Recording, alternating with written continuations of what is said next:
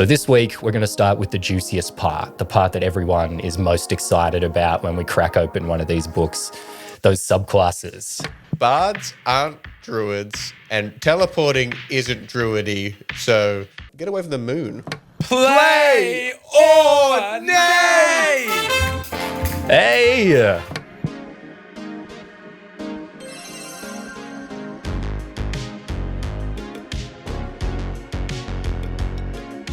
Hey there, we're back. It's another episode of The Table Business. It's me, your host, Jack. Hey. And once again, I am joined by my co-hosts. First up, it is the delightful Cloudkill Connor. Hey, Connor. Hey, Jack. It's good to be back. I am really chuffed still about being a co-host. I don't often get co-host in front of my name, so it's really exciting for me. It's a big day, so I got to thank you for that. I'm happy for you as well. And of course, we are also joined, I call him my short king, and that's just because he is the king of shorts. It's your mate, Arlentric from YouTube. Hey, Arlen. That's funny and unnecessary, but I love that a lot. It's good. Every time this is the second week we've done this, I just sit here and I forget that I'm a part of it. I just feel like I'm watching you two do something very professional, and then you throw to me to be like, hi guys, I'm also here. And it's wild because, arguably, Jack and I are the most professional, and we know that. There's no argument about that. But, you're Mr. YouTube Shorts, so... Short King I don't like. I don't like that as a thing that actually works really well. I kind of hate that. But... The irony is he's very tall. That's what's fun. So let's make it official, guys. We did it the first time last week as a sort of trial run, but we've decided each and every week that I'm not doing an interview, you guys are going to join me. We're going to break down D&D news, tabletop stuff, and we'll have a few D&D tips along the way. So welcome to the show permanently, guys. We did it. It's a bit like getting the keys to your first car in the sense that who let me drive and why is someone trusting me with a vehicle that has this much power? I'll still be driving, guys. That won't change. There's a reason I'm typically limited to 60-second content that it's highly edited down. So this should go well. So I'm super excited to have you guys joining this show. So let's not waste any time today because super big news this week. Those new D&D books just dropped. There's two main books and some digital supplements as well. Two main books are called Heroes of Faerun. It's like a player-facing book. There's subclasses, new spells, player options. If you check out Arlo's YouTube, you can find out a fair bit about it. And then Adventures in Faerun as well. That's a DM-facing book. It's like a campaign setting book. I'm very excited about that one. I haven't cracked into that one much yet. So we got our hot little hands on some digital versions of these books, and we've been reading like crazy. So over the next few weeks, we're going to embark on a little mini-series where we go through the books and we break down our thoughts over them. So we'll talk about subclasses, feats and spells, and then dive into the campaign setting book as well. So this week, we're going to start with the juiciest part, the part that everyone is most excited about when we crack open one of these books, those subclasses. And for this, it's time to unveil a new segment on the show, guys. Play or nay! Hey! That's it. It's time for Play or Nay. On the show, we'll dive deep into the subclasses that are available in the brand new D&D book, Heroes of Faerun. And by the end of it, we'll tell you if you should play or nay this class.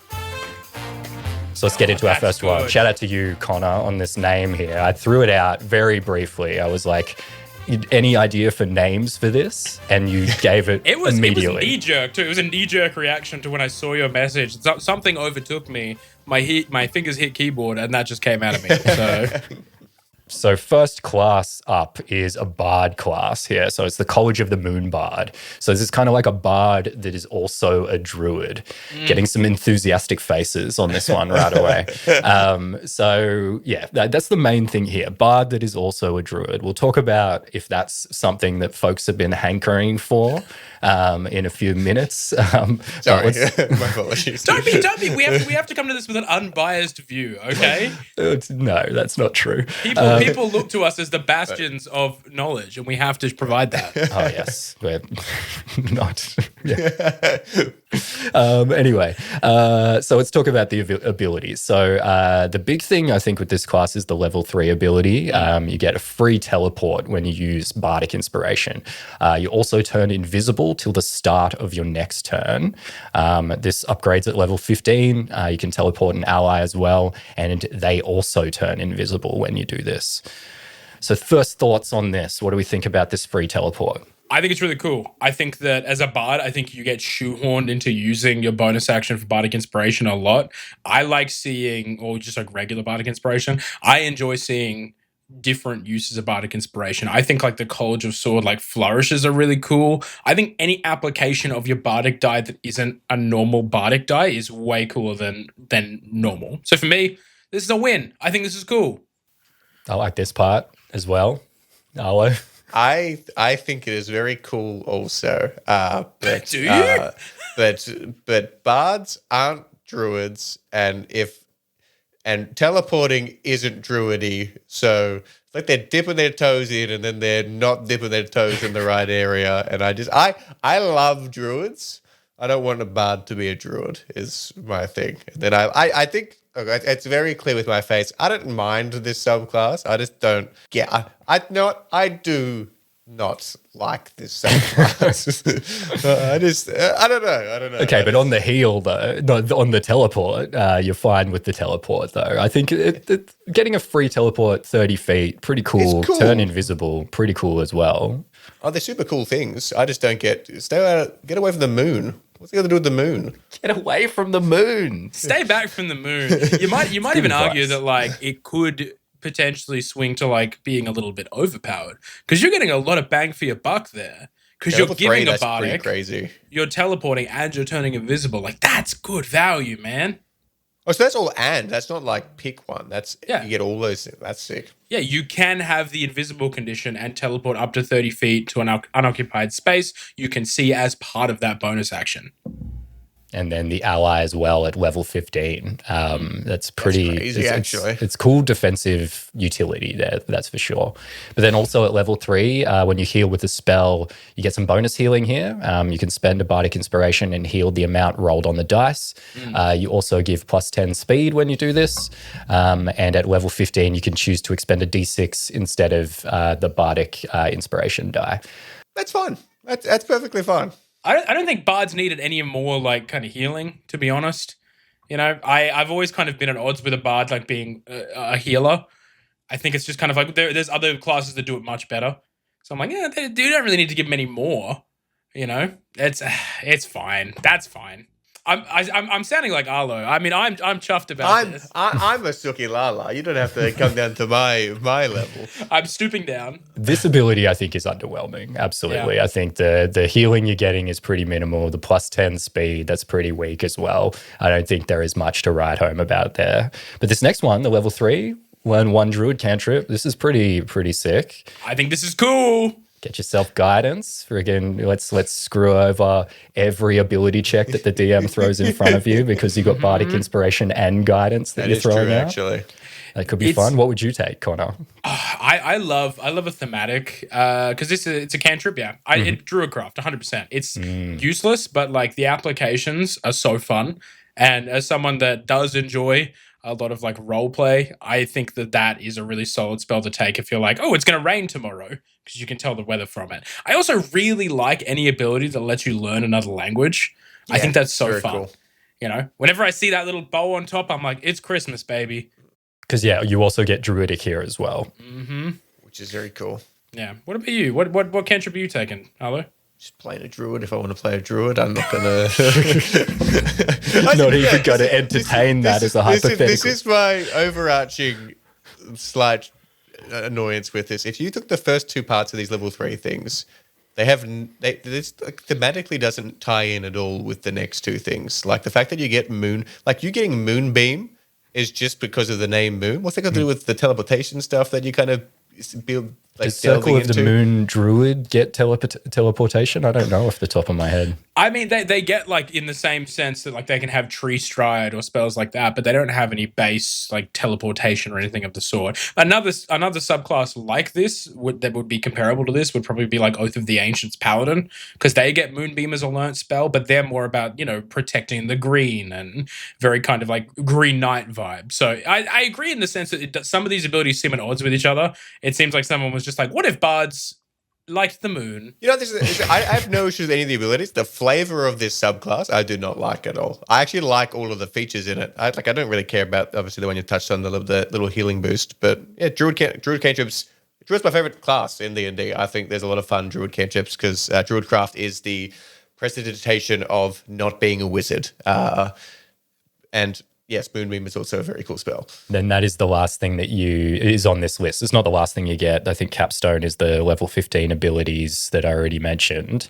Yeah. But at level 6, you have Moonbeam always prepared. And you get to do some group healing when you use Moonbeam, 2d4 per creature that failed the Moonbeam save.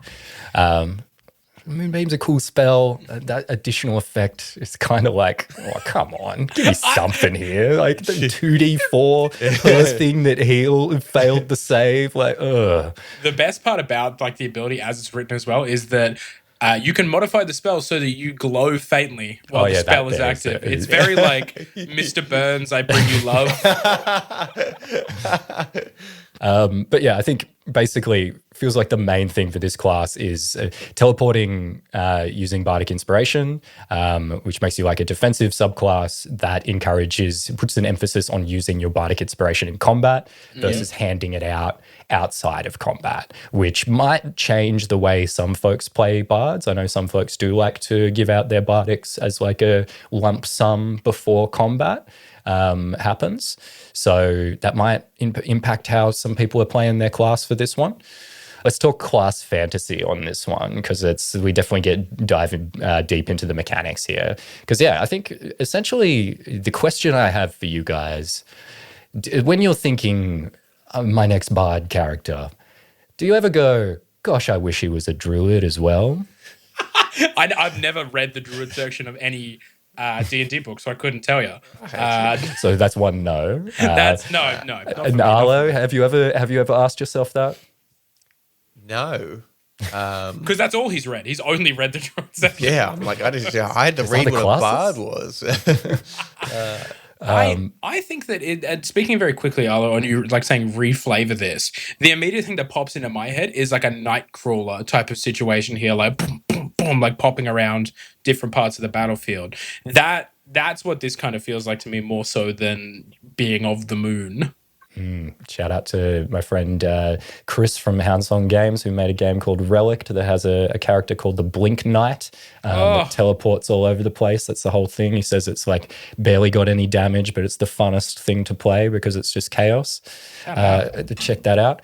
But yeah, like there's that. It's like, is this a thing that anyone wanted to combine a druid with a bard? And the reason I asked that is like, what characters in fiction even are this trope? I have one that I thought of. That I have racked one my too, brain. but I think it's pretty far off base. Yeah. Like I've had to reach for this. My immediate thought, and it's so wrong, but it's the closest like amalgamation of music and nature that I could think of, and it's the Pied Piper. That's the only frame of reference I have. That's not bad. It's the closest thing I can find. I don't really think it relates heavily to it, but Animals, so sorry. Guys. It's got animals in it. I'm so sorry, Sean. He was just standing outside my window and scared the shit out of me. I'll leave that in. I'm so sorry. Open the window. Can she climb in? Yeah, sorry. A Pied Piper is the closest amalgamation that I could think of because it's music and animals, and that's not even that good of a matchup here. I'll be honest with you. That's actually a better bard druid than the College of the Moon bard druid is, unfortunately. Arlo, what do you got? Jack, as you described me pre-podcast, you won't know this reference, but Princess Yu from Avatar is this. She like essentially sacrifices her life to turn into like the moon spirit afterwards, but she's not very bardy, but it's kind of. I don't know. I was just looking for anything Moony. And for the short form clip, you're going to want to find the clip of Sokka telling Zuko that his girlfriend turned into the moon, and he's going to say, "That's rough, buddy." That's the clip. That's the clip. That's great gear, buddy. guys. Yeah. Yeah, although you just revealed that I have not watched Avatar: The Last Airbender. Criminal. So I don't know if I need to watch it. Do we need to do a watch along show over here? We got to do a rewatch. Get in the comments. Let me know. My one for this, I think there is one of my favorite characters, actually from Lord of the Rings, who is sadly not in the movie. It's your boy Tom Bombadil. I think he is the best example of a bard druid, because there are really no good examples. So you have to kind of bend the rules here. But, he rocks up. He's singing a song when he shows up. He's singing the Old Man Willow song. He wields some sick nature magic. He's seems like totally distracted and off in his own world, like bards tend to be.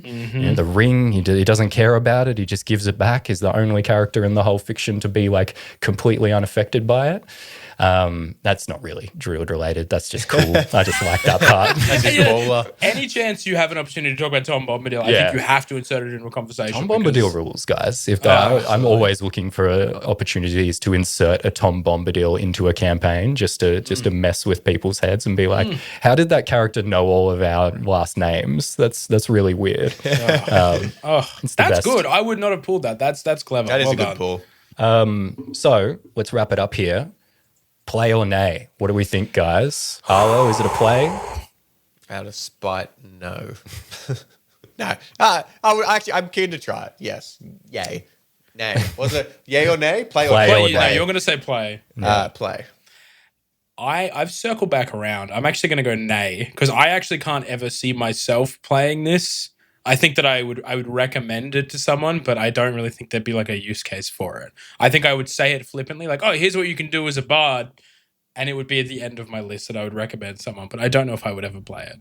But the College of the Moon Bard is a play for me, but I'm multi-classing into something else pretty quick. I want that that teleport at 3rd level, and then I'm out of there. I don't really want anything else from this class at all. So it is a play for me, though. The funniest thing about this, too, is that, it's not even dependable if you want to do a multi-class into a druid down the track, because you would have to have both charisma and wisdom for this. And that's such a multi-ability dependent kind of class. Here's my pitch. You get as many classes that you have the ability to teleport in as possible. Because my mind was immediately that one. You could do a Hexblade's Curse, so you could, teleport around. You could do a Phase Step as an Eladrin. And then I think maybe Way of the Shadow Monk can teleport in darkness, maybe? Yeah, in darkness. I think that's right. there is a use case to be made for the ultimate teleporting class. All right, make it happen. Next subclass is the Knowledge Domain Cleric. This one is a re-release, but we can probably whip through this one pretty quickly. So it's a cleric that worships a god of knowledge. They get a bunch of spells, access to some wizard spells, including several divination spells. At level 3, they can expend a channel divinity to cast a divination spell with no spell slot or material components. They get telepathy at level 6, and then all the way at level 17, they can give themselves advantage on all tests. What do we think? This is cool. This is cool.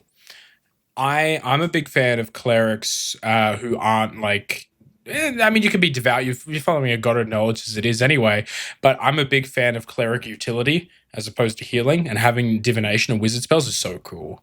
It's just cool. I think knowledge domain as a concept is one of the coolest subclasses I'm never ever going to play as, because I just couldn't rightfully try and play as someone that's knowledgeable. But I think the concept of it is so cool and unique. Yeah, cool. I'm glad you guys like this one, because if there was a subclass made in a lab to bore me to tears, it would be this one. I am really not a fan of defining the details of gods. And yeah, I heard Dale Kingsmill once say that she likes gods that are vague and vibey, and that is how I feel that gods should be. So the idea that a god would be all about knowledge, like, oh, just shut the hell up. I seriously do not have the time to listen to this.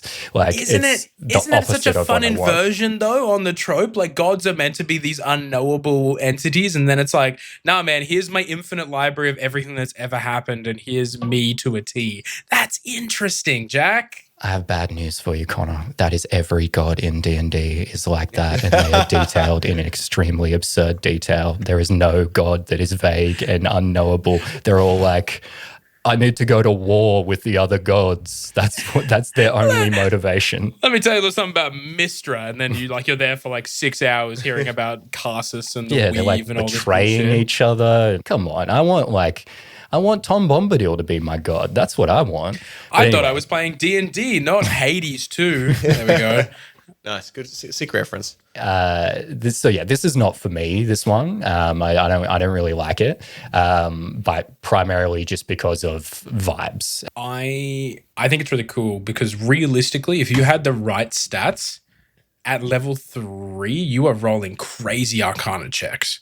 Because you get proficiency with one type of artisan's tools of your choice, and in 2 of the following skills of your choice, Arcana, History, Nature, Religion, you have expertise in those skills. So if you have the right stats, you're rolling crazy Arcana checks from the get-go, which is so cool. Or History or Nature or Religion. As someone that plays in a lot of campaigns where like the DM puts a lot of stuff behind Arcana and like History kind of checks, that's so big. That's an absolute knowledge godsend from me, basically. I love it. I think it's so cool.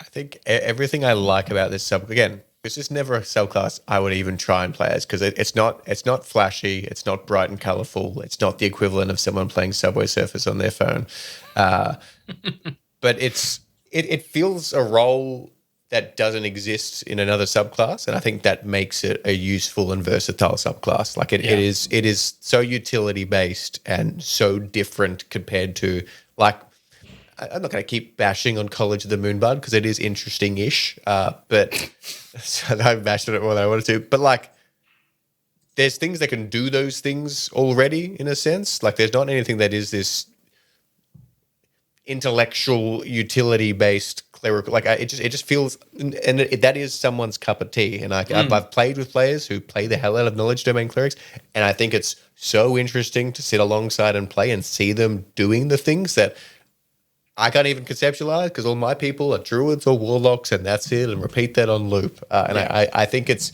for that alone, it is very cool. It's cool that it's not flashy. I think I actually like that more. Like, it's not trying to, as some of the other ones we go in here, which are super exciting to someone who likes big sounding concepts. This one's just cool. It fits a niche that needs to be niched. Good spells that it has access to as well. Good. I think, like, my gripe with this class, just like your gripe with the previous one, Arlo, is 100% based on the identity of this class. Is something I cannot relate to as an individual. I can see how lots of people would definitely enjoy this, but yeah, like Arcane Eye up in there. You can scout out some dungeons. There's some really cool spells on hand here. What do we think of that level 3 ability though? To is it level 3 with a 1 to get a free spell with no spell slot? Yeah, level 3. I think that's fun. Like, I think, like, again, having more utility, because for me, this occupies the same kind of space as like an Arcana Domain Cleric as well. Like, having the ability to grab this spell because of your like fastidious knowledge. This is the cleric that shows up for work every day, doesn't really complain, and as a result, like, they give them their spells, man. Give them something fresh and new. I think it's cool. Like, Channel Divinity, normally no one's ever using the base version of Channel Divinity, which is normally turn undead. I think that every cleric I've ever played or seen the subclass of, they've never missed with a Channel Divinity for me, and I think that's so cool. I think, like, it's similar to the Bard subclass having more uses of their like bardic dice and inspiration. Like, anything that gives you more options of utilizing the unique class feature to do more things is always a good thing. So class fantasy on this one, I thought this was super hard to find examples of. Did you guys come across anything? Nothing off the top of my head. Like, I think, Arlo, you nailed it when you were like, this is a niche for like a class that, people didn't really know they needed, basically. I can't really think of anything that really fills the space. The only thing is, like, I don't know, kind of like the learned kind of scholar vibe more than anything, but I don't have a pop culture touchstone for it. Super hard.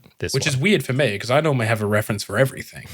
There's let me pronunciation right because I've never said it out loud before. Keep talking. Well, yeah, I did some research. I pulled some names. So I think you have to go to sci-fi. There's more knowledge related stuff because knowledge and technology gets like wrapped up, and there's like gods of technology in the sci-fi world. So you could go into Warhammer 40K. There's the Adeptus Mechanicus, the cult Mechanicus. They worship the machine god and the Omnissiah, and they venerate technology as sacred. So they believe knowledge is holy, and they perform religious rituals around maintaining and understanding ancient technology. And they have a guy called Belisarius Cawl, who is a 10,000-year-old priest from Mars. So you could be Belisarius Cawl in your games. Sure, why not? I'll be Belisarius Carl. That sounds fun. Belly Carl. Yeah. One specifically that I think only Jacob will know, or anyone else who's read The Way of Kings and the Stormlight Archive. So Jasna is she's like a how do you describe her? Yeah, Yasna. Is it Yasna? Jasna? Oh, it's hard. It's hard to describe what she is because it's such a complicated series. She's just essentially this incredibly scholarly person that also can divine magical powers as well through the use of tools that she has access to. But yeah, it's just like the most knowledgeable person I can think from fantasy media that jumps to mind. That's a good one. I've had one pop up that I've just thought of. A bit of a stretch maybe, but Odysseus from Greek myth, like the Odyssey, like a very kind of like knowledge, smarts driven hero. That's, you know, aided by gods too, like Athena, who is like the god of like wisdom and warfare. That's probably my closest pull. Would be Odysseus from the titular Odyssey. There is one from Skyrim as well.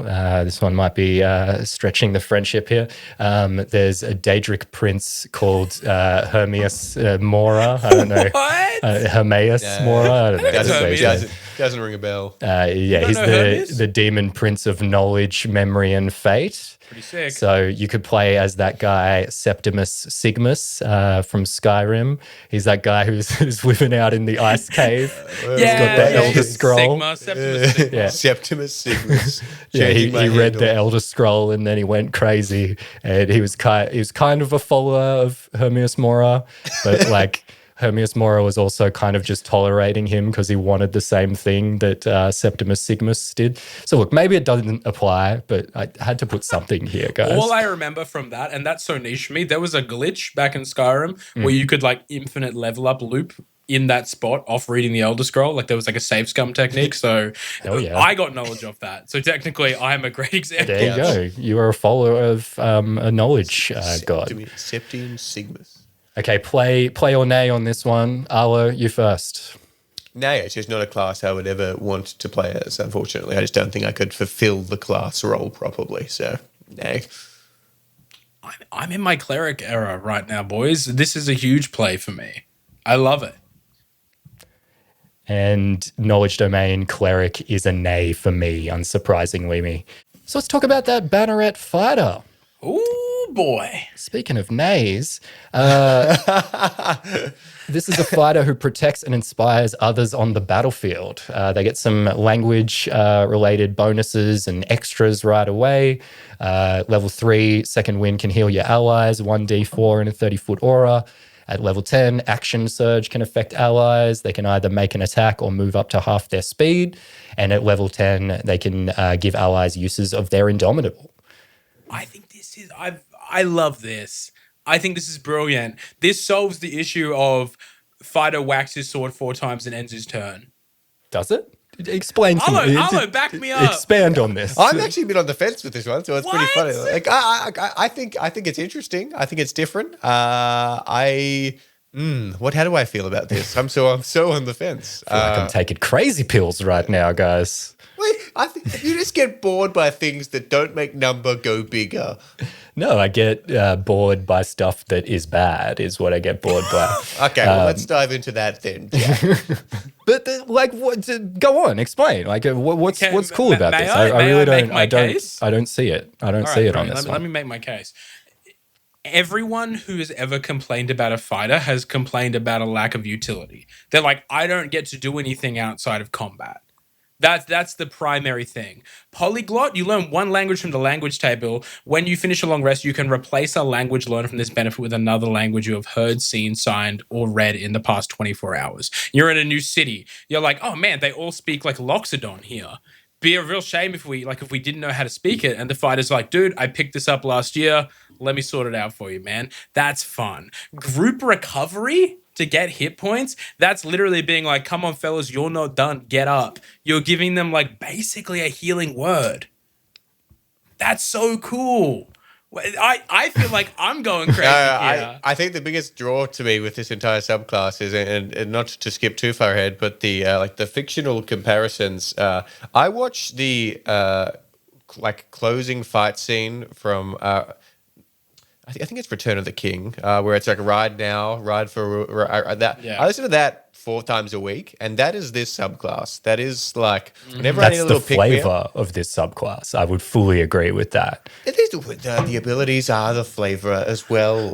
Jack The Battlemaster is far superior at doing all of this through maneuvers than the Banneret is. That's what my problem is with the Banneret. This class is as the ranger is to the fighter. If you want to play Legolas, you're better off playing a fighter than you're playing a ranger. If you want to play Aragorn, you're better off playing a Battlemaster than you are playing a Banneret. These abilities are mid, guys. I'm sorry. One D4 You're at not your, burning. plus your no, fighter level. The numbers is what kept me on the fence. Where I was like, it still needs to be buffed a bit more. That's the problem here, is you can do all this better with better subclasses, and you can have this exact fantasy. Like, I love this class fantasy. I love the idea of Captain America,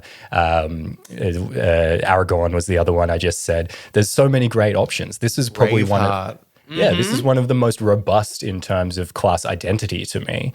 But I feel like the way they execute it, which, like, the thing is, you said this gives you a lot more stuff to do. Every single thing is tied to one of your ordinary abilities.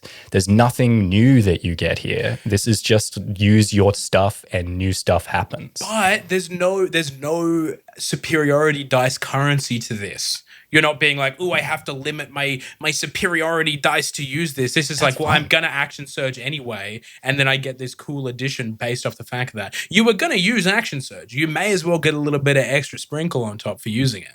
To me, that's the best part of the Battlemaster, though. You've got all your abilities. You've got so much utility that you can do. Like, there's like such limited utility here in comparison. During how much on the fence I am, because I'm really being pulled both ways. So I'm like, oh, that is a good point. And I'm like, and that also is an interesting argument. I will say, I see your point. I 100% get your point. And for me, this is as simple as if someone played this at my table and they were like, it feels a little underpowered. I'd be like, cool, man, give yourself 3d4 instead. Problem solved. It's done. Because like for generations, all we've ever done is get a new book and then make it better at the table. You know? So if so be it, if I have to do this, I love it. I love the core of it. I love the identity of it. I love that it's tied to the abilities. Like, this is, for me as well, this is a great entry-level class for a new player as well. You're not saying, here's superiority dice that you need to learn. This is like, oh, by the way, when you action surge, you also get to do this cool thing. And you're not, you can't tell me that a player's eyes would light up if you told a new player that. Oh, I agree with that. I think this is a newbie-friendly class in that sense, that there is essentially nothing else to manage. I just feel like the things don't hit. But anyway, Arlo, you go. I've made my case. No, I mean, I think out of all of the ones we've covered so far, flavor-wise, this is the strongest flavor. I think it feels the strongest flavor. I think the only hard part with that is with how, like, the idea of being the big motivating, like, you know, get up, soldier, we're not done yet kind of vibe. You want also all of the abilities to be super cool and impactful as well. But then I feel like if you did make that an all-in-one, like, subclass, no one else would ever want to play as any other subclass for a fighter, because that's just the most cool, badass sounding thing in the world, where all of your features slap and the flavor slaps, and why would I ever want to be a rune knight when I could be Aragon? Like, just call it the Aragon subclass at that point. But I love the flavor of this subclass a lot more than the actual numbers in the new abilities. But I don't know. I don't really play a lot of martial characters. And this one's I'm like, I'd love to I like things that do things differently. And yeah, it obviously the numbers aren't great, but it'd be cool to see somebody playing this at my table and like wanting to play this role differently. There's a lot of cool things you can do with it. Kind of similar to the Knowledge Domain Cleric. It's like just newer ways of doing something. But needs to be buffed a bit. All right, play or nay? Play, 100% play. Take it to the bank. Banneret Fighter is a play for Connor, Arlo. I think this just aligns with the kind of characters I like to play in D&D games, so it's a play for me too. And the Banneret Fighter is a nay for me. If you want to play Aragon, you're better off playing a Battle Master than a Banneret, and I will stand by it. Enjoy counting your superiority dice. But next one on the list over here, and we'll maybe make this one the last of our batch, and it is a banger. It is the Oath of the Noble Genies Paladin. It's a paladin who swears an oath to a good genie. So they get a lot up at level 3 here. So they get bonus effects after a divine smite. They can choose one of these 4 things. They can grapple anything with no save.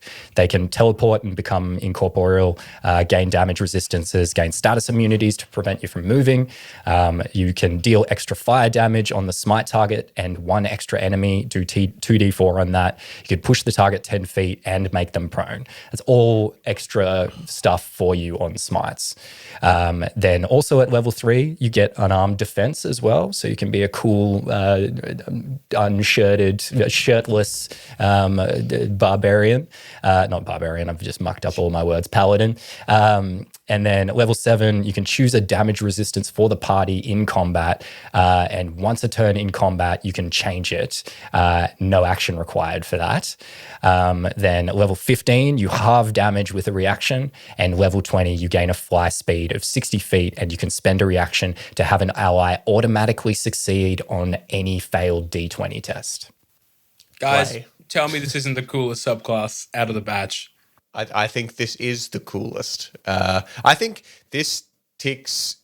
I'm going to keep doing this unfairly to it, but it's the first one we talked about. Like, I think if you set me down 100 times, I would have never been able to come up with this. Didn't know that I needed this, and now you read it all, and I go, "This is cool," and I definitely want to try this just from what you've read alone, without going into the intricacies. The concept is new and exciting, and like, why do we've already got a moon subclass? Why do we need to? Let's make new exciting stuff, bards. Why do we have to? There's so much new untapped potential with things, and I don't know. I think it's very cool. Just because it's different. It's niche in its, but like there's some fun stuff to play around with. Like having an oath with a genie is kind of like a less cruel warlock patron, I guess, in a weird kind of way. And I think that's kind of fun.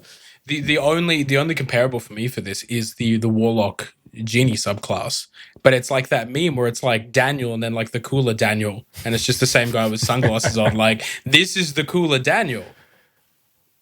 Oh, I think it's great. I think that like the lore surrounding like Genasi and genies never really gets its flowers as much as it should. So if you were playing like a fire Genasi Oath of the Noble Genie Paladin, like that's so cool. Like, your parent could literally be the oath that you've sworn to. That's awesome. It's like this might be one of the best paladin subclasses now. Like this jumps right to the top of the list for paladin stuff now. What's your guys' favorite divine smite effect out of these? At the end of the day as well, I also love big numbers. I won't lie. We know this is to be true. Having like the Afridi extra little bit of fire damage is huge, because smites got turned into spells. Like Paladin's got a little bit of a nerf, I would say, in 5.5. So to stack a little bit more damage back on top of that, I feel like makes it a bit more worthwhile. I think like the teleporting, I like that from the College of the Moonbard subclass. Well, the teleporting as a whole is a cool like feature to have, and then to be able to do that incorporeal is a very cool thing. Some resistance there, but I also like 10 feet of pushing and making someone prone is not a thing to be like underappreciated. That's pretty dope. On top of a smite, like then having to expend movement to get up, and then dogpiling on someone who's on the ground if there's a single target, like a lot of combat encounters. Like that's pretty unreal.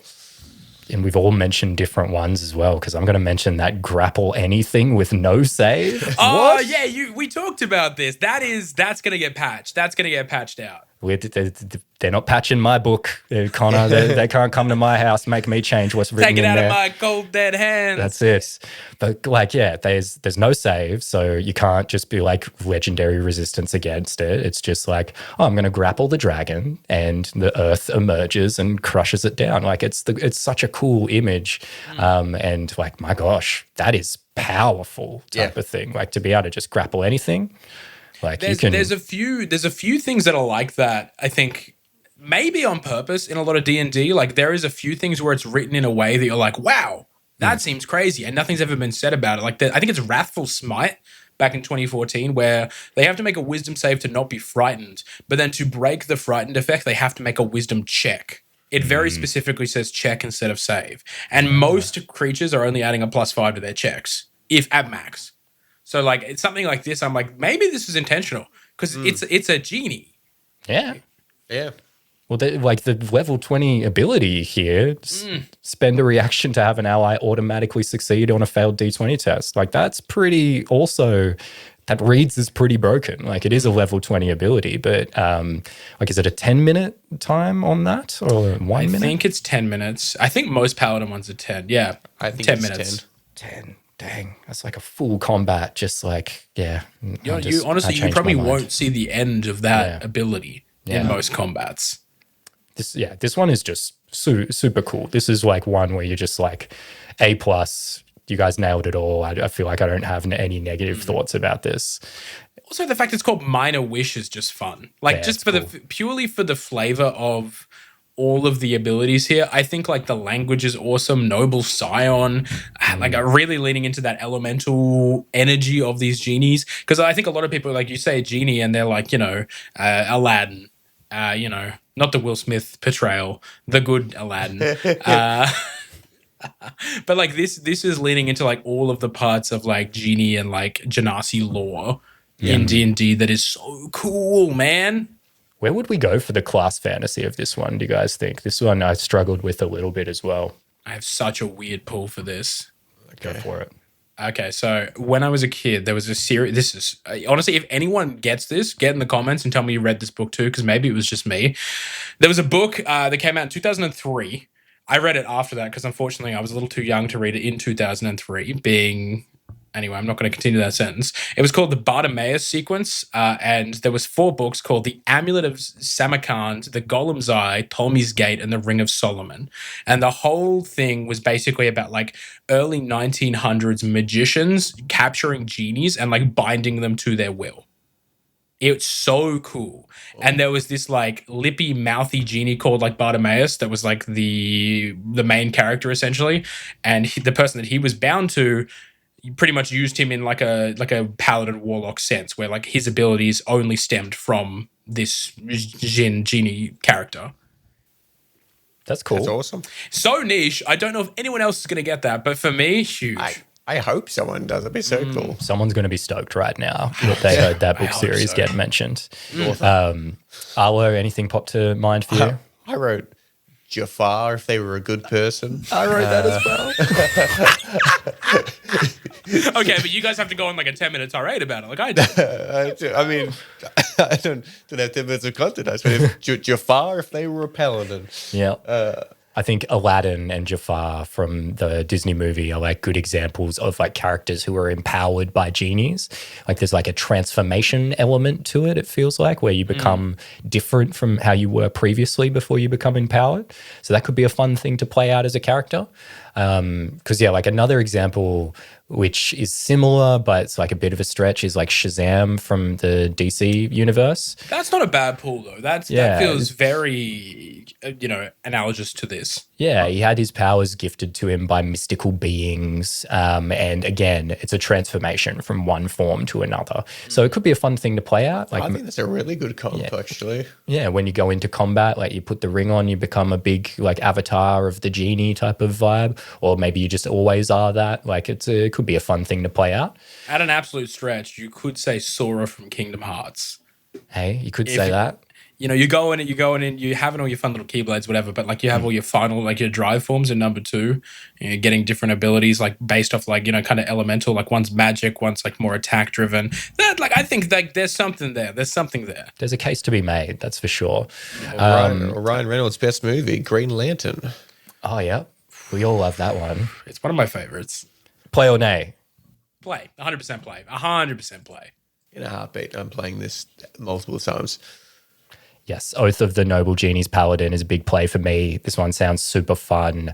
Feels like it is now one of the best Paladin subclasses, which is really exciting because Paladin's pretty good already, guys. I don't know if you've heard this. What? First I'm hearing of it. Yeah, I know. Well, hey, I think let's call it there for this episode. We'll come back and do the other 4, but let's just hit a quick recap of what we said. So first, College of the Moonbard, play or nay. Arlo, what did you choose? I ended up saying play because my head went, it's like a druid, so play. Connor? It was a nay from me. It's something I'd recommend to a first-time player, but I'd never play it myself. And that was a play, but only as a multi-class for me to get that teleport. Knowledge Domain Cleric, Connor? Instant play. Love my nerds. Shout out to my nerds. Arlo? It's a nay from me, not smart enough, so nay from me. And also a nay for me. I just can't get down with the vibe. Banneret Fighter, Arlo? Play. Play in a heartbeat. Connor?